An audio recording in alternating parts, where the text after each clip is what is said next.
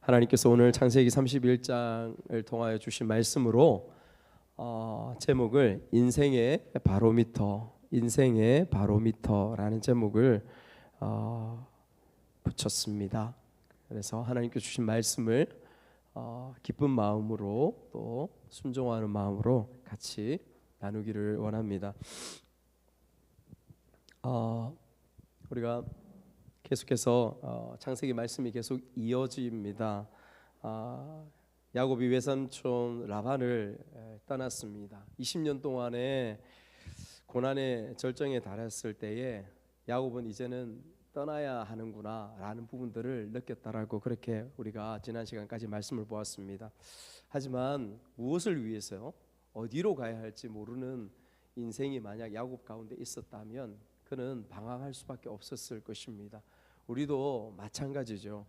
우리가 고난을 당하거나 힘듦이 있거나 우리가 하는 일들이 잘 안 되어져서 뭔가 떠나려고 하고 뭔가 다른 방향들을 생각해 볼 때 그것이 무엇을 위해서 어디로 가야 할지 정확하게 우리 속에서 그 생각들이 있지 않으면 우리 역시 똑같이 방황할 수밖에 없다라는 것을 우리가 경험적으로 알고 있습니다.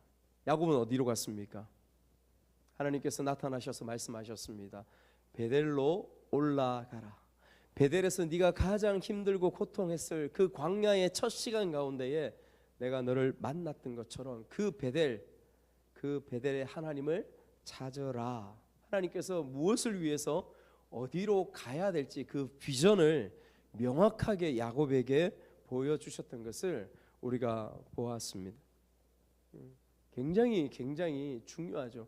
우리 인생 가운데 여러분 이것이 없으면, 우리 삶에 이것이 없으면요, 우리는 늘 방황할 수밖에 없습니다.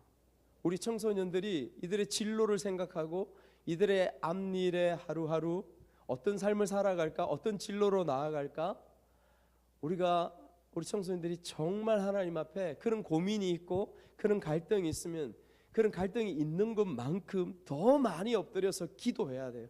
찾아야 됩니다. 무엇과 함께? 하나님의 말씀과 함께, 하나님의 말씀과 만나고 하나님의 말씀과 실험해야 되는 것을 말씀하고 있는 것이죠. 지난 시간에 그래서 하나님의 말씀과 그 고난의 시간 가운데 반드시 대화해야 된다, 얘기해야 된다. 세상에 주어지는, 내 마음속에 주어지는 어떤 소리들, 어떤 말들, 세상에서 들려지는 내 이웃과 세상에서 들려지는 그 말들과 내가 대화하기 시작하면 어떻게 될까요? 여러분, 우리의 마음속에는 필연적으로 후회가 앞서게 되어집니다. 그리고 원망이 앞섭니다. 짜증이 앞섭니다. 그곳에 불안이 있고 그곳에 두려움이 있고 그곳에 우울증이 우리의 삶에 내 자신도 모르게 찾아드는 그런 경험들, 그러한 사람들을 얼마나 많이 보게 되는지 모르죠. 너무 중요한 것이, 너무 중요한 진리입니다.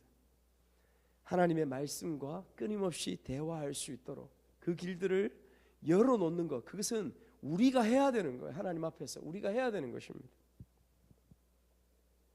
오늘 그 말씀 가운데에서 계속해서 이어지는 말씀이죠.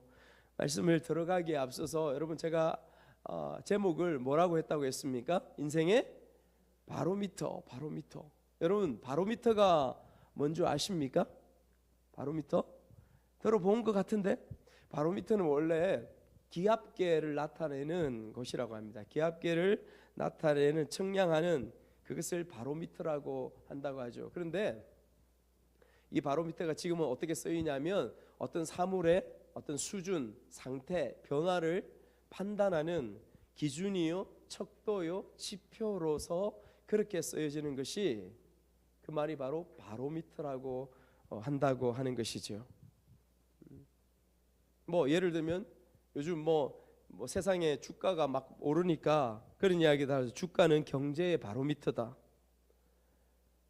배가 고프고 식욕이 막 땡긴다 그러면 식욕이 있다는 것은 네가 건강하다는 증거야, 혹은 바로미터야. 그렇게 얘기들을 하죠. 우리 인생에도, 여러분들의 지금 일상의 오늘 가운데에도 우리에게 분명히 각자에게 척도가 있습니다. 삶의 기준이 있습니다. 바로미터가 있는 것이죠. 내 삶에, 내 마음에 무엇을 가장 중요하게 생각하는가, 무엇을 가장 소중하게 생각하고 그 기준을 좇아서 내게 주어진 하루하루의 삶을 살아가고 그 기준에 그것을 대입해보고 생각하고 결정하고, 여러분 이것이 무엇이냐? 바로미터인 것이죠. 여러분 어떤 척도를 가지고 있습니까? 어떤 바로미터를 가지고 있습니까? 오늘 우리가 읽었던 긴 이 말씀에서 저는 이 말씀 계속 묵상하면서 바로미터라는 그 단어가 딱 떠오르더라고요. 그래서 그 기준으로 말씀을 보려고 합니다. 야곱이 가족들과 모든 소유 재산들을 모아가지고 이제 고향으로 가려고 하죠. 그런데 라반이 양털을 깎으러 간 사이에 몰래 떠납니다. 몰래 떠나죠. 인사를 하고 말씀에서 읽었던 것처럼 손주도 있고 가족도 있는데 인사를 하고 떠나는 것이 아니라 몰래 도망하는 것이죠. 떠나는 것이죠. 여러분 한 사흘쯤 떨어져 있었다라고 지난 시간에 있었지 않습니까? 그러니까 긴 시간에 서로 양떼를 치고 있는 곳이 떨어져 있어요. 그래서 떠나도 라반의 가족들이, 라반의 자녀들이 그것을 모를 수 있는 거죠. 몰랐던 것이죠. 그런데 시간이 지나서 그 소식이 어떻게 됩니까? 라반의 귀에 들려지죠. 라반이 어땠을까요? 뚜껑이 열리는 거죠. 화가 나는 것이죠. 라반이 어떻게 합니까? 군대를 조직합니다. 그의 형제들, 그의 모든 식소들, 주위의 사람들을 다 모집해서 군대를 결성해서 야곱을 뒤쫓습니다. 추격대를 꾸려가지고 뒤쫓는 거죠. 강을 건너고 야곱은 강을 건너고 산으로 도망합니다. 산으로까지 도망가죠. 산으로 도망가면 피할 수 있을까? 7일이 떠난 지 7일이 걸려서 라반과 그 추격대가 길르앗이라는 곳에 도착을 해서 야곱 일행을 붙잡습니다. 그리고 두 쪽 다 그 길르앗 산에 진을 칩니다. 여러분 우리 25절에서 28절을 한번 읽어 볼까요? 25절에서 28절 말씀 성경 보시면서 라반이 야곱에게 다그칩니다. 한번 같이 읽겠습니다. 시작. 라반이 야곱을 뒤쫓아 이르렀으니 야곱이 그 산에 장막을 친지라. 라반이 그 형제와 더불어 길르앗 산에 장막을 치고 라반이 야곱에게 이르되 네가 나를 속이고 내 딸들을 칼에 사로잡힌 자같이 끌고 갔으니 어찌 이같이 하였느냐? 내가 즐거움과 노래와 북과 수금으로 너를 보내겠거늘 어찌하여 네가 나를 속이고 가만히 도망하고 내게 알리지 아니하였으며 내가 내 손자들과 딸들에게 입맞추지 못하게 하였으니 네 행위가 참으로 어리석도다. 그렇게 말하고 있습니다. 여러분 그런데 우리가 금방 읽었던 25절에서 28절 말씀을 라반이 이야기했던 부분들을 보면 하나도 사실은 다시 한번 보십시오. 무리가 없는 말이에요. 실제로 야곱이 그렇게 행했습니다. 20년 동안이나 그렇게 지냈는데 라반의 입장에서는 내가 너희 떠난다고 하면 내 자녀들에게 손주들에게 입맞추기도 하고 잔치를 벌이고 그렇게 기쁘게 보내겠는데 왜 이렇게 하였느냐? 왜 도둑질하듯 이렇게 떠났느냐? 삼촌 라반의 입장 가운데서는 그렇게 이야기할 수 있습니다. 여러분 만약에 이 상황, 이 현재, 이 주어진 이 상황만 놓고 보면 경찰관이 왔어요. 경찰관 앞에서 야곱과 라반이 서서 진술을 하거나 재판관 앞에서 진술을 할 때에 라반의 말이 굉장히 일리가 있는 말처럼 그렇게 느껴지지 않습니까? 하나도 흠잡을 데가 없는 것이죠. 더군다나 결정적인 것 한 가지가 더 있습니다. 여러분 그 결정적인 것 한 가지가 무엇일까요? 30절 말씀 한번 볼까요? 30절 말씀에 이렇게 말씀하고 있습니다. 한번 읽겠습니다. 시작. 이제 네가 내 아버지 집을 사모하여 돌아가는 것은 옳거니와 어찌 내 신을 도둑질하였느냐? 내 신을 도둑질하였느냐? 여러분 내 신이 무엇입니까? 여기서 뭐예요? 드라빔이죠. 19절 말씀 한번 읽어볼까요? 19절 말씀. 19절 시작. 그때 라반이 양털을 깎으러 갔으므로 라헬은 그의 아버지의 드라빔을 도둑질하고. 여러분, 드라빔이 무엇일까요? 드라빔은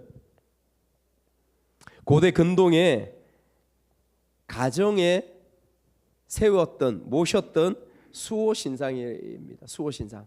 작게는 10cm 정도, 조그맣게 10cm 정도에서 크게는 2m까지 되는, 그것을 드라빔이라고 합니다. 점치는 도구인 것이죠.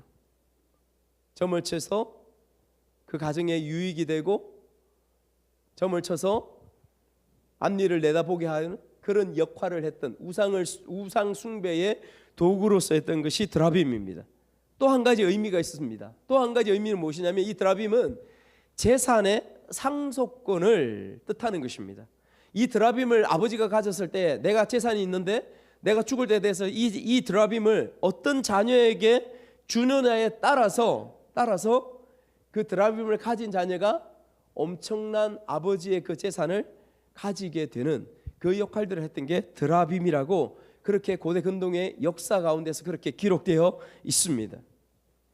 라헬이요, 못된 지금까지 정말 못되게 했던 그 아버지가 너무도 못돼서 골탕 먹이려고 이 드라빔을 훔쳤을 수도 있고, 또 어쩌면 마치 라헬이 이 드라빔이 아버지가 생각했던 것처럼 이 드라빔에 어떤 신적인 기원이 있고 능력이 있는 것처럼, 마치 합한채를 먹으면 아들을 낳고 자녀를 출생할 수 있다는 것을 믿고 언니가 받은 그 합한채를 나에게 달라고 했던 것처럼, 그러나 그 합한채는 엉터리죠. 말도 안 되는 것입니다. 그런 미신적인 부분들, 그런 마음들을 라헬이 가지고 있었을 수도 있고, 또 한 가지,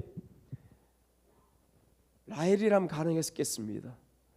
라헬이 질투가 심하고 소유욕이 강하고 이런 부분들이 있는 성격으로 보면, 나중에 시간이 많이 지나서 아버지의 그 재산을 언니가 아니라 내가 받으려고 했던, 여러분, 그런 마음 충분히 라헬이 가질 수 있는 것이죠. 좌우지간 어떤 것이든 어떤 목적에서는 누가 드라빔을 훔쳤느냐?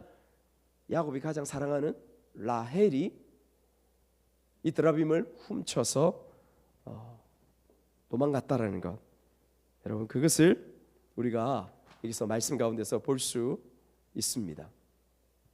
그런 가운데서 우리 이제 24절 말씀을 한번 보겠습니다. 24절 말씀에 그런 가운데 있어서 라반이 이야기했던 부분들이 전혀 잘못된 것이 아니라 화나고 분노할 수 있는 그런 상황이 되어지는 것이죠.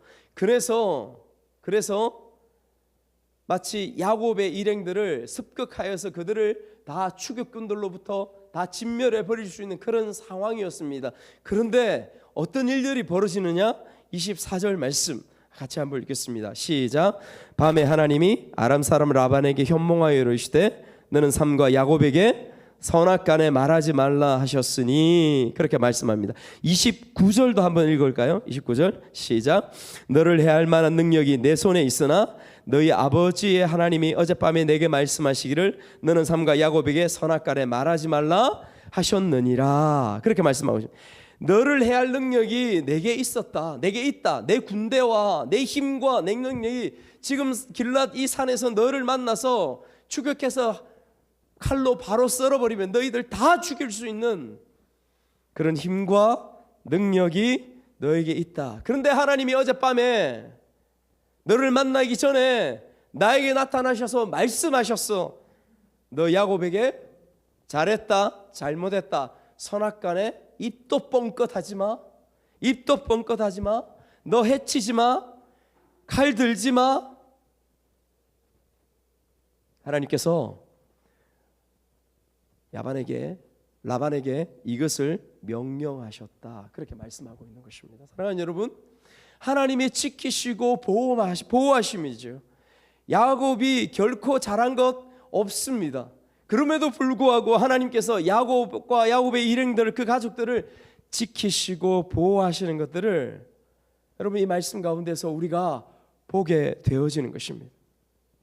우리 일상에서 하나님께서 지키시고 보호하시는 것을 여러분 많이 경험하십니까? 하나님께서 도우셨구나. 하나님께서 내 작은 이 소소한 일들 가운데서, 내 관계 가운데에서, 내 어려움들 가운데서 지키시고 보호하셨구나. 여러분 이것을 경험하고 하루하루를 지내고 있습니까? 굉장히 중요합니다. 청년 때에 제가 예수님을 믿고 나서 한 2년 정도 된 것 같아요. 밤에 꿈을 꾸었습니다. 밤에 꿈을 꾸었는데 어떤 꿈을 꾸었냐면, 어릴 때에 제가 시골에서 시골 말로 죄를 많이 저지른다 하죠. 정말 개구장이었거든요. 정말 개구장이었고, 아버지가 뭐 한다고 만들어 놓은 거, 쪽제비 잡는다고 만들어 놓은 틀들, 그 해놓은 것들 제가 그거 쫓아다니면서 몰래 가가지고 제가 나무로 탁 때려가지고 덫이죠. 덫을 여러분 덫 아십니까? 덫을 뭐 그 쪽제비 잡는다고, 시골엔 쪽제비 굉장히 많잖아요.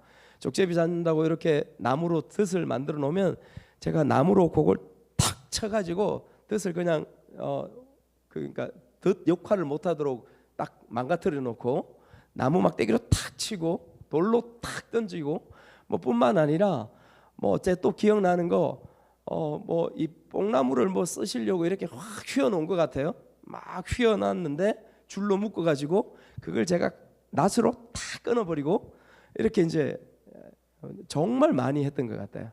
아버지한테 다 들켰죠. 근데 때로는 아버지한테 굉장히 혼났어요. 굉장히 무서워가지고 집에 제대로 들어오지도 못하고 할머니 뒤에 바지가랑이 잡고 이렇게 했던 부분들도 기억나고요. 이런 기억납니다. 근데 그게 저의 기억 속에 있잖아요. 20살 예수님 믿고 나서 한 2년 정도 돼서 꿈에 그것이 나오는 거예요. 꿈에 그 시간들이 나오는데 몇 번을 꾼 것 같아요. 근데 그 꿈에 제가 혼나고 정말 무서워했던 아버지의 모습이 아니라 제 그 꿈속에 기억되는 한 기억이 있었습니다. 무엇이냐면 정말 큰 잘못을 저지르는데 두려움과 무서움의 마음으로 아버지 앞에 나아갈 수밖에 없는데 벌벌 떨고 있는 제 모습. 그런데 그때 아버지 앞에 나아갔을 때 아버지가 그 부분에 대해서 전혀 나무라시거나 뭐라 하거나 화를 내거나 분노하거나 하지 않으시고 그 부분에 대해서 편안하게 넘어가시고 그냥 장난으로 다음부터 그러지 마 하면서 굉장히 그렇게 넘어가는 부분들을 제가 어릴 때 경험했거든요. 근데 그 꿈에 그 아버지의 모습이 나오는 거예요. 그러면서 주님께서 그 꿈이 깸과 동시에 제 마음속에 말씀하시는 거예요. 뭘 말씀하시는지 아십니까? 배연아, 그때에도 나는 너와 함께 있었다. 그때에 내가 너를 지키고 보호했다. 여러분, 제가 꿈을 깸과 동시에 하나님께서 제 마음에 그 말씀을 하시는 거예요. 그때 내가 주님을 알지도 못하고 주님의 이름을 부르지도 않고 하나님에 대해서 오히려 반감을 가지고 있는 그 어린 때에 하나님은 그때에도 나를 지키고 보호하고 계셨다. 여러분, 그것을 20대 중반에 여러분 그것을 저에게 주님께서 말씀하시는 거예요. 우리 하나님은 그런 분이신 줄 믿습니다.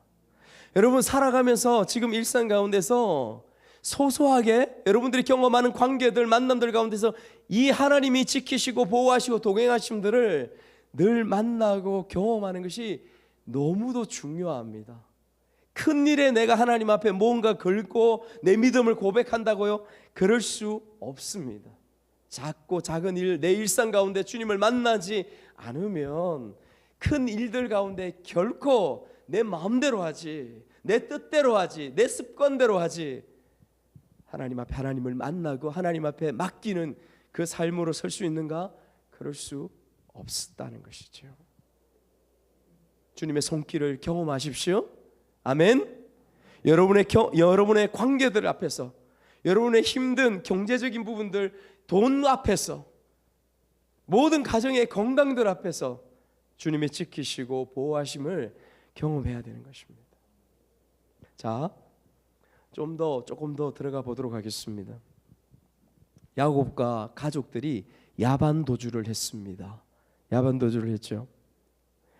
라반을 피해서 산으로 도망을 합니다. 라헬은 드라빔 신상을 도둑질하죠.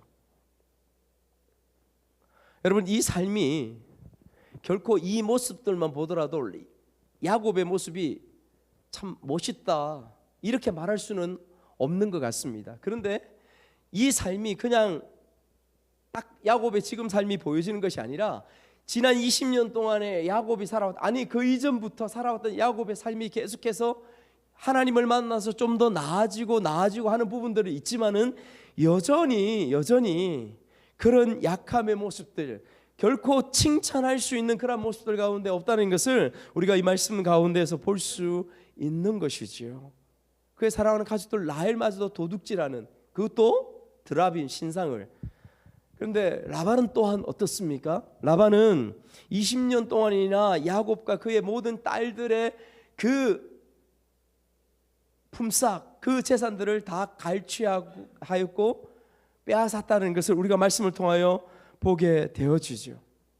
그리고 그 도망했던 그 딸들, 그 손주들을 해치겠다고 추격군, 군대를 모집해서 달려왔던 어쩌면 비정한 그 아버지 라반의 모습들을 보여주고 있는 것을 우리가 보게 되어지죠. 그런데 실상은 여러분, 라반이 아까 우리가 고백했던 것처럼 재판장 앞에서, 경찰 앞에서 고백했을 때에 그의 모습이 온당하다 하지만은 그 바깥으로 드러난 모습 아니고 내면의 라반의 마음속에 있는 모습들을 우리가 생각해 보면 결코 이 마음이 옳은가, 이 마음이 바른가라고 생각할 때 그것은 결코 그럴 수 없다는 것을 라반의 인생과 라반의 삶을 보면 우리가 충분히 알 수 있는 것이지요. 여러분, 무엇을 말합니까?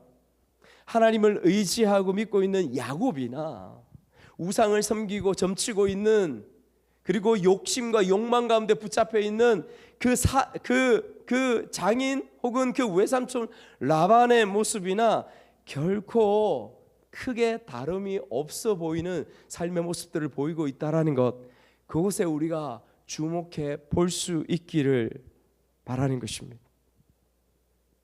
여러분, 이 야곱과 이 라반 가운데 다름이 없어요. 그런데 이 말씀 전체를 읽어보면, 이 길고 긴 말씀을 전체 읽어보면 한 가지 선명하게 다름을 우리에게 말씀하고 있는 것을 우리가 볼 수 있습니다. 여러분, 그 다름은 무엇일까요?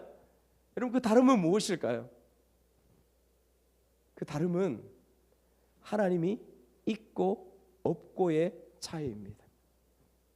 하나님의 약속을 향하여서, 하나님의 비전을 향하여서 그것을 마음속에 두고 나아가고 있는 인생인가, 그렇지 않은 인생인가의 그 차이만 이 야곱과 라반 가운데 존재하고 있다라는 것을 우리가 이 말씀 가운데서 볼 수 있는 거예요. 어쩌면 성경 기자가 그것을 이 긴 말씀을 통하여 우리에게 들려주시고자 하는 핵심적인 메시지가 아닐까 싶습니다. 우리도 예수 그리스도 안에서 믿음을 가지고 살아갑니다. 그렇지만 이 세상에 속해 있는 사람들과의 그 삶을 비교해 보면 결코 잘한다 할 수 없는 그런 부분들 우리 가운데 있음을 알고 있죠. 예수 믿는 사람 진절머리가 나, 때로 저는 동의가 되어집니다. 그런 모습들 저도 많이 보았거든요. 여러분도 보지 않았습니까? 어떤 사업에 거래를 하거나 어떤 경제적인 부분들에 거래가 있거나 또 공동체 안에서도 서로의 관계들 가운데에 예수 믿는 이가 결코 믿지 않는 이들보다 그 삶이, 그 내면이, 그 생각이 훨씬 훌륭하다, 그렇게 할 수 있느냐, 말할 수 있느냐, 그럴 수 없다는 것을 저와 여러분들이 너무도 잘 알고 있지 않습니까?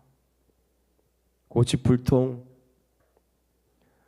말은 어찌 그렇게 많은지 쪼잔하고, 여러분 세상 사람들이 예수 믿는 사람들에 대해서 하는 말들입니다.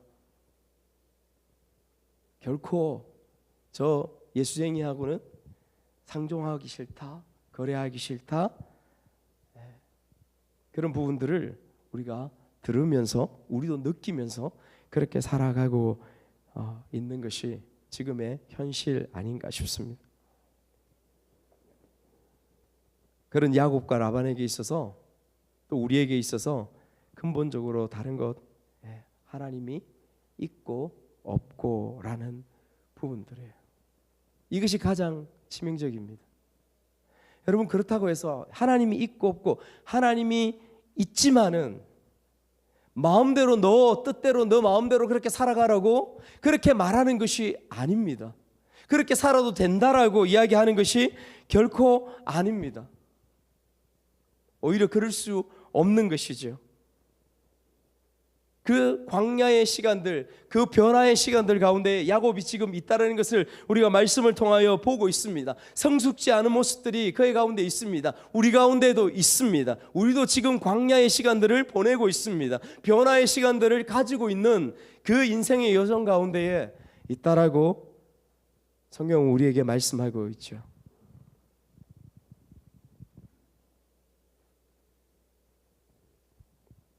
그럼에도 불구하고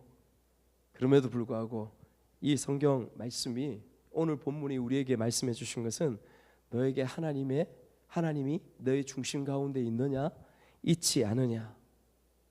여러분, 이것으로 그 길이 나누어지는 그것을 말씀하고 있습니다. 내 중심에 하나님이 계시면 옳은 길, 은혜의 길, 생명의 길로 이끄신다고 그렇게 말씀하시죠. 하지만 스스로 옳은 길에 서 있다라고, 성공한 길에 있다라고 그렇게 이야기하고 그렇게 생각하지만 그 속에 하나님이 없다면 필경은 사망의 길로 나아갈 수밖에 없다라고 그렇게 말씀하십니다. 육이 되는 거예요. 잠언서 16장 25절 말씀, 잠언 16장 25절 말씀에 이렇게 말씀합니다. 한번 읽어볼까요? 어떤 길은 사람의 보기에 바르나 필경은 사망의 길이니라. 요한일서 5장 12절 말씀에도 주님께서 우리에게 주시는 생명에 대해서 이렇게 말씀하십니다. 한번 읽겠습니다. 아들이 있는 자에게는 생명이 있고 하나님의 아들이 없는 자에게는 생명이 없느니라. 선명합니다. 지금 우리의 눈에 보이는 것은 그가 어떻게 살고 어떤 삶을 살고 이 부분들이 중요합니다. 중요하지 않은 것이 아닙니다. 그러나 보다 더 본질적으로 중요한 것은 뭐냐면 내 마음과 중심에 하나님이 살아계셔서 나와 동행하고 계시는가. 내 생각과 내 중심 가운데에 내 삶에 하나님은 어느 한 부분도 어느 한 곳도 자리하고 있지 않는, 그냥 성경 가운데 그냥 문자적으로만 존재하고 있는 그런 하나님으로 들려졌는가? 여러분, 라반도 하나님에 대해서 들었습니다. 하나님에 대해서 들었고 하나님의 이름을 부르기도 하고 이야기도 합니다. 그러나 그의 가운데, 그의 인생 가운데서 하나님을 향한 인생과 그 방향은 없었음을 우리가 이곳에서 보게 되어지는 것이죠. 여러분, 세상에서 우리보다 뛰어난 이들이 너무 많습니다. 똑똑하고 태어날 때부터 가진 게 너무 많고 성품과 인격도 훌륭한 이들이 너무도 많죠. 때로는 우리가 하는 것마다 잘 안 되어지고, 그런데 반대로 예수 믿지 않는, 예수의 옛자도 모르는 그 사람들은 하는 일들마다 가게가 잘 되고 사업이 잘 되고 성공하는 것 같이 보여집니다. 그럼에도 불구하고 교회에서는, 목사님은 7일마다 교회에 나와서 이 예배의 자리에서 함께 예배하기를, 예배가 가장 우선이다, 가장 중요하다, 그것을 계속해서 강조하고 그렇게 나아가고 있습니다. 우리 청소년들이 시험 좀 잘 치게 해달라고, 공부하는데 이것이 무엇의 의미인지 똑똑해져서 깨닫기를, 알기를 그렇게 기도하고 그렇게 바래도 중간고사 기말고사 치고 나면 항상 제자리 시험 가운데, 성적 가운데 머무르고 있는 그 모습들을 우리가 경험하죠. 이래도 이 길이 맞습니까? 이래도 하나님이 우선이고 예배와 말씀이 먼저입니까? 라고 우리의 마음속에 의문을 가질 수 있고 질문할 수 있습니다. 그런데 우리가 어떻게 대답할 수 있습니까? 이 말씀을 빌어서, 예, 맞습니다. 먼저입니다. 하나님 앞에 나아가는 것이, 하나님을 내 마음속에 두는 것이, 그분을 예배하는 것이 먼저입니다. 우선입니다. 그 인생의 바로미터가, 척도가 하나님입니다 라고 고백할 수밖에 없습니다. 왜인 줄 아십니까? 우리가 이 말씀을 보는 것이죠. 야곱의 인생을 바라보고, 요셉의 인생을 바라보고, 아브라함의 인생을 바라보고, 믿음의 모든 삶을 바라보고, 그것이 우리의 길인 것을, 진리인 것을 우리가 이 성경을 통하여 알게 되어지는 것이죠. 비록 한숨이 내 오늘 현실, 내 오늘의 시간들 가운데 찾아온다 할지라도 하나님만이 나의 기준입니다. 하나님만이 나의 척도입니다. 나의 모든 바로미터가 되십니다. 하나님께서 누구를 찾으시겠습니까? 이 고백을 주님 앞에 드리면서 오늘 하루를 하나님 앞에 살아가는 사람, 오늘 내가 만나는 그 사건 가운데, 그 만남과 관계 가운데에 하나님 앞에 서는 사람, 그 사람을 하나님께서 찾으시는 줄 믿습니다. 그 사람과 함께 일하십니다. 그 사람에게 하나님의 살아계신 그 능력을 나타내 보이시는 그 주님이심을 믿습니다. 이후에 주어지는 말씀 가운데 드라빔을 찾았으나 찾지를 못해요. 야곱의 장막에 들어가고요, 라반이 들어가서 다 뒤집니다. 레아의 장막에 들어가서 다 뒤집니다. 두 여종의 장막에 들어가 다 뒤집니다. 마지막에 라헬의 장막에 들어가는데 라헬이 장막 안에 낙타에 안장을 놓고 안장 위에 앉습니다. 그 안장 밑에 드라빔을 숨겨 놓았습니다. 일어나지 않습니다. 생리의 시간이라서 내가 일어나지 못하겠습니다. 아버지한테 그렇게 이야기하고 다 찾아도 그 드라빔을 찾지 못합니다. 야곱이 화를 내죠. 어떻게 이럴 수 있습니까? 어떻게 이렇게 윽박지를 수 있습니까? 야곱이 라반에게 화를 내면서 더하여서 계속해서 주어지는 말씀 가운데서는 하소연을 합니다. 내가 어떤 인생을 살아왔고 내가 어떤 고생을 하였는지 아십니까? 그래서 여러분 말씀 한번 보시죠. 40절 말씀에 야곱이 그렇게 이야기합니다. 야곱의 삶을 잘 보여줍니다.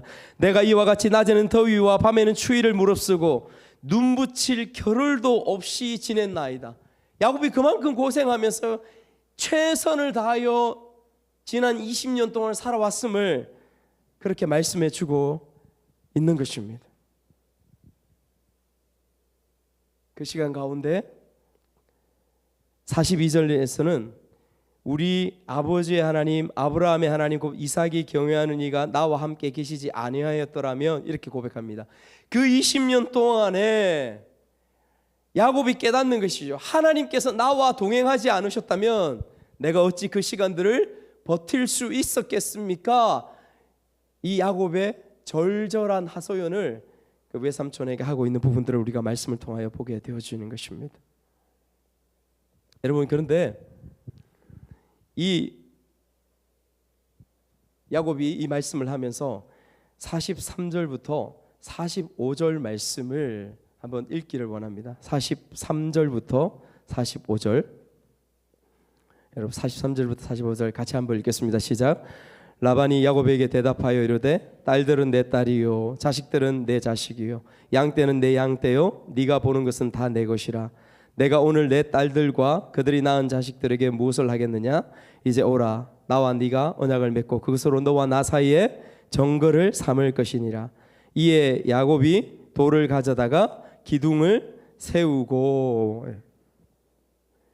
라반의 마음이 야곱이 하소연하는 가운데서 들어보니까 야곱이 정말 지난 시간 동안에 고생했구나, 이 마음이 인정이 되었는지 감동이 되었는지 라반의 마음들이 그 분노가 많이 수그러져 있는 부분들을 우리가 이 말씀 통해서 알 수 있습니다. 그리고 나서 이 말씀을 하고 나서 45절에 말씀하고 있는 것처럼 이에 야곱이 돌을 가져다가 기둥을 세우고, 그러니까 야곱과 장인 라반 가운데 언약을 세우는 거예요. 여러분 말씀 저를 잘 보십시오. 언약을 세웁니다. 야곱이 돌을 세워서 언약을 세우는 것은 인생에서 두 번째입니다. 첫 번째는 누구와 언약을 세웠습니까? 하나님과 언약을 세웠습니다. 어디에서요? 베델의 하나님, 베델에서 하나님이 찾아오셔서 그가 돌베개 자고 있던 것을 돌을 세워서 그곳에서 하나님께 언약을 세웠습니다. 하나님과의 야곱의 언약입니다. 그런데 야곱이 돌을 세워서 두 번째 세우는 언약이 있습니다. 누구와 언약을 세웁니까? 사람과 세웁니다. 라반과 세우는 부분들을 언약을 세우는 것을 볼 수 있습니다. 여러분, 이 말씀 가운데에 우리가 묵상해 보면 시사하는 바가, 우리에게 말씀하는 바가 있음을 우리가 발견하는 것이죠. 무슨 뜻입니까? 우리의 인생 가운데, 야곱도 마찬가지, 우리의 인생 가운데에서 우리는 살아가면서 하나님 앞에서 하나님과 약속을 맺고 하나님과 언약 관계 가운데에 있습니다. 동시에 우리가 살아가면서 우리의 이웃들과 주위에 있는 사람들과 약속과 언약을 맺으면서 살아갑니다. 이것이 언약과 약속이라는 말이 너무 거창하면 그냥 관계라는 말로 표현할 수 있을 겁니다. 관계를 맺으면서 살아갑니다. 그런데 여러분 잘 보십시오. 믿음의 사람들이, 아브라함도 마찬가지, 야곱이 하나님과 언약 관계를 맺을 때 그 언약의 바로미터, 언약의 기준은 누구셨습니까? 누구셨습니까? 하나님이었습니까? 야곱이었습니까? 아브라함이었습니까? 누구였어요? 하나님이었죠. 여러분, 아브라함을 찾아오셔서 언약 맺으신 거, 하나님이 일방적으로 맺으신 거 기억나십니까?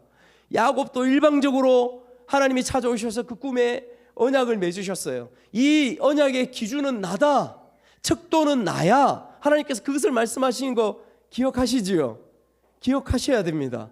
그런데 자, 이제는 사람과 사람입니다. 야곱과 라반, 인간과 인간의 관계 가운데서 약속을 맺습니다. 언약을 맺습니다. 그러면 그곳의 바로미터, 그곳의 척도는 누구일까요? 나입니까? 야곱입니까? 나의 성품이 괜찮으니까, 나의 인품이 나는 믿을 만한 사람입니까? 나는 괜찮은 사람입니까? 나의 양심에, 내 성품에 기준을 세웁니까? 그곳에 바로미터를 세울까요? 아니요. 아니면 상대방의 바로미터를 세웁니까? 라반에게? 그럴 수 없지요. 여러분, 사람과 사람과의, 그리스도인에게 있어서, 하나님의 사람에게 있어서 사람과 사람과 사이의 약속과 언약, 혹은 그 관계에 바로미터가 되어지고 기준이 되어지는 그 기준은 누구이겠습니까? 역시 누구일까요? 하나님이십니다. 여러분, 오늘 읽었던 말씀에서 저는 그것을 묵상합니다. 하나님께서 그것을 주시는 말씀이에요. 여러분, 그래서 그 말씀을 한번 읽어보시죠. 47절 48절 47절 48절 시작.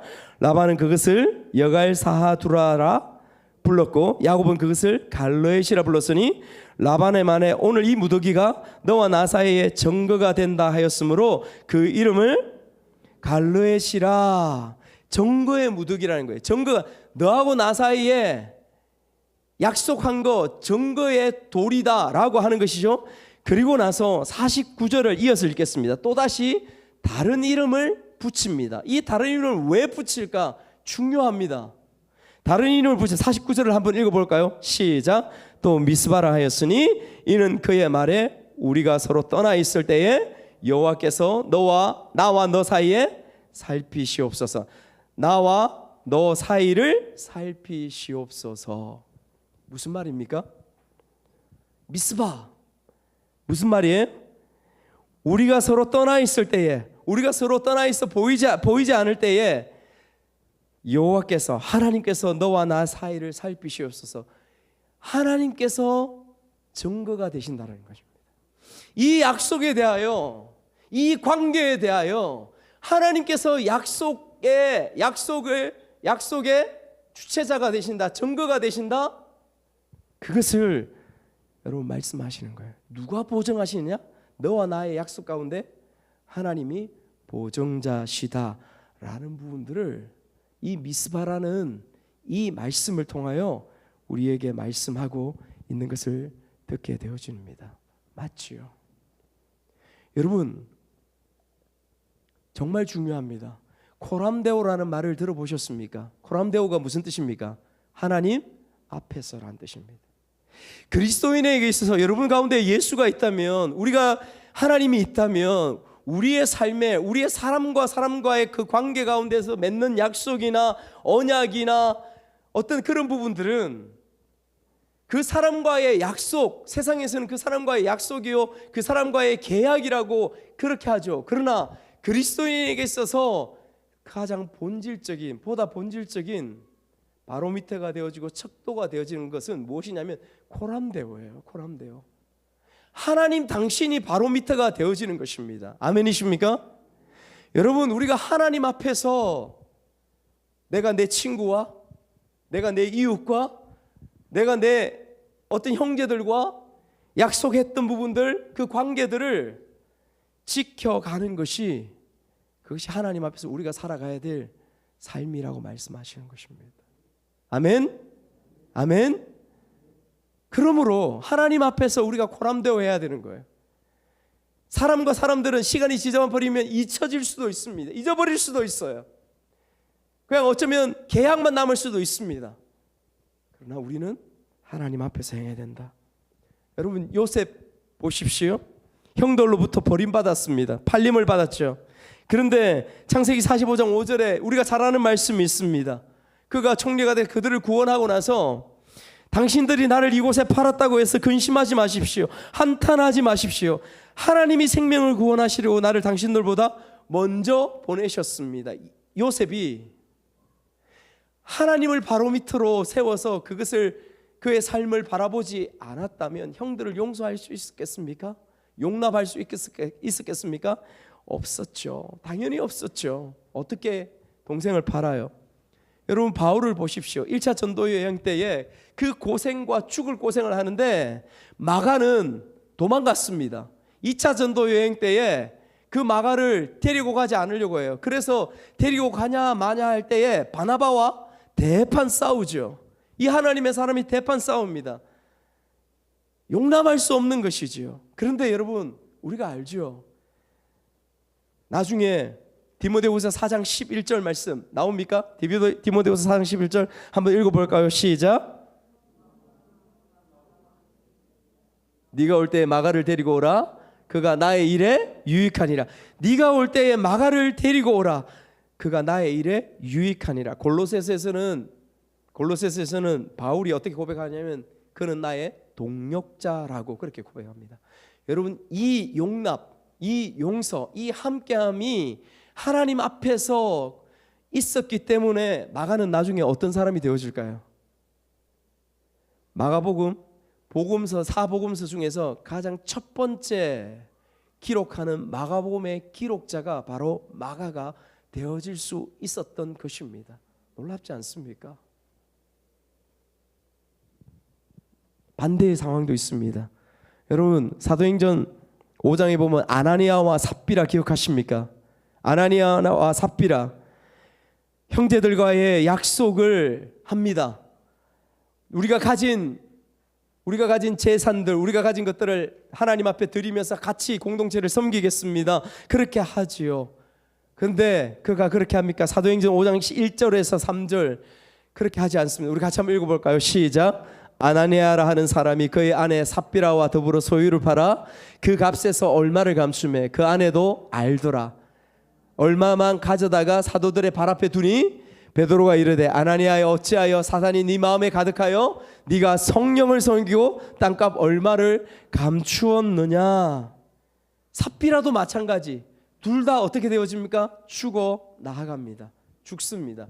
네가 어찌하여 성령을 속였느냐. 네가 어찌하여 하나님을 속였느냐. 바로미터가 무엇이라고요? 우리가 살아가는 삶의 바로미터는 하나님이십니다. 그분이 기준이시고 그분이 우리의 척도라고 말씀하시는 것이 오늘 본문을 말씀을 통하여 우리에게 주시는 하나님의 음성입니다. 말씀을 마무리합니다.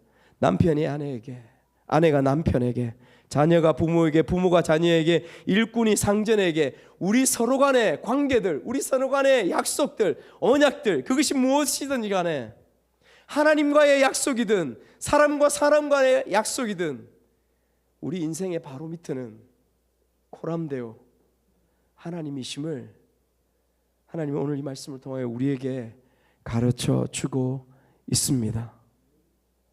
그 말씀을 기억하는 여러분 되시기를 바랍니다. 그 말씀 앞에 서는 여러분 되시길 바랍니다. 아멘. 아멘. 한 사람의 이야기를 잠깐 나누겠습니다. 북한에서 탈북했어요. 남자가 죽을 고생해서 중국으로 탈북했습니다. 선교사님을 만났어요. 그를 통해서 도움을 받았습니다. 그를 통해서 죽다가 살아난 것을 살아났어요. 그곳에서 6개월, 7개월 동안을 말씀을 배우고 공부했습니다. 자기가 북한을 다시 들어가겠다고, 남한으로 탈북하는 것이 아니라 북한을 다시 들어갔어요. 잡혔습니다.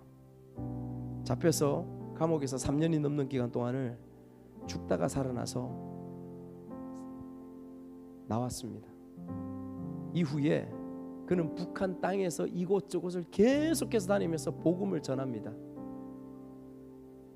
잡힐 즈음에 다시 한국으로 다시 이제 탈북을 했습니다. 그분이 지금 전도사가 되었어요. 그분이 하는 얘기를 들었습니다. 자기는 이 땅에 너무도 풍요롭고 이렇게 살아가는 것이 꿈만 같고 천국과 같이 느껴진다. 그러나 오로지 내 마음속에 있는 것은 저 북한을 다시 들어가는 것, 저 북한에 다시 들어가는 것. 왜냐하면 그곳에서 복음을 전하였던 그 지하교회에 함께 예배하던 그들에게 제가 반드시 돌아오겠습니다. 제가 반드시 여러분 앞에 돌아오겠습니다. 이 약속을 했기 때문에 저는 뒤에 반드시 돌아오겠습니다. 그가 고백합니다. 나는 이것을 그들에게 약속했지만은 상황이나 환경에 따라서 내 마음이 바뀔 수 있지 않습니까? 그런데 저는 그것을 하나님 앞에서, 하나님을 기준으로, 하나님을 척도로, 하나님의 코람데오 앞에서 그렇게 약속했습니다. 그래서 저는 제 삶에 그것만을 약속으로, 기준으로 삼고 살아갑니다. 그 고백을 합니다. 도전이죠. 여러분 어떤 기준을 삼고 사시겠습니까? 우리 오늘도 이 말씀을 마음에 담고 주님 앞에 주님을 바로 밑으로 삼아서는 우리가 되었으면 좋겠습니다. 우리 아까 불렀던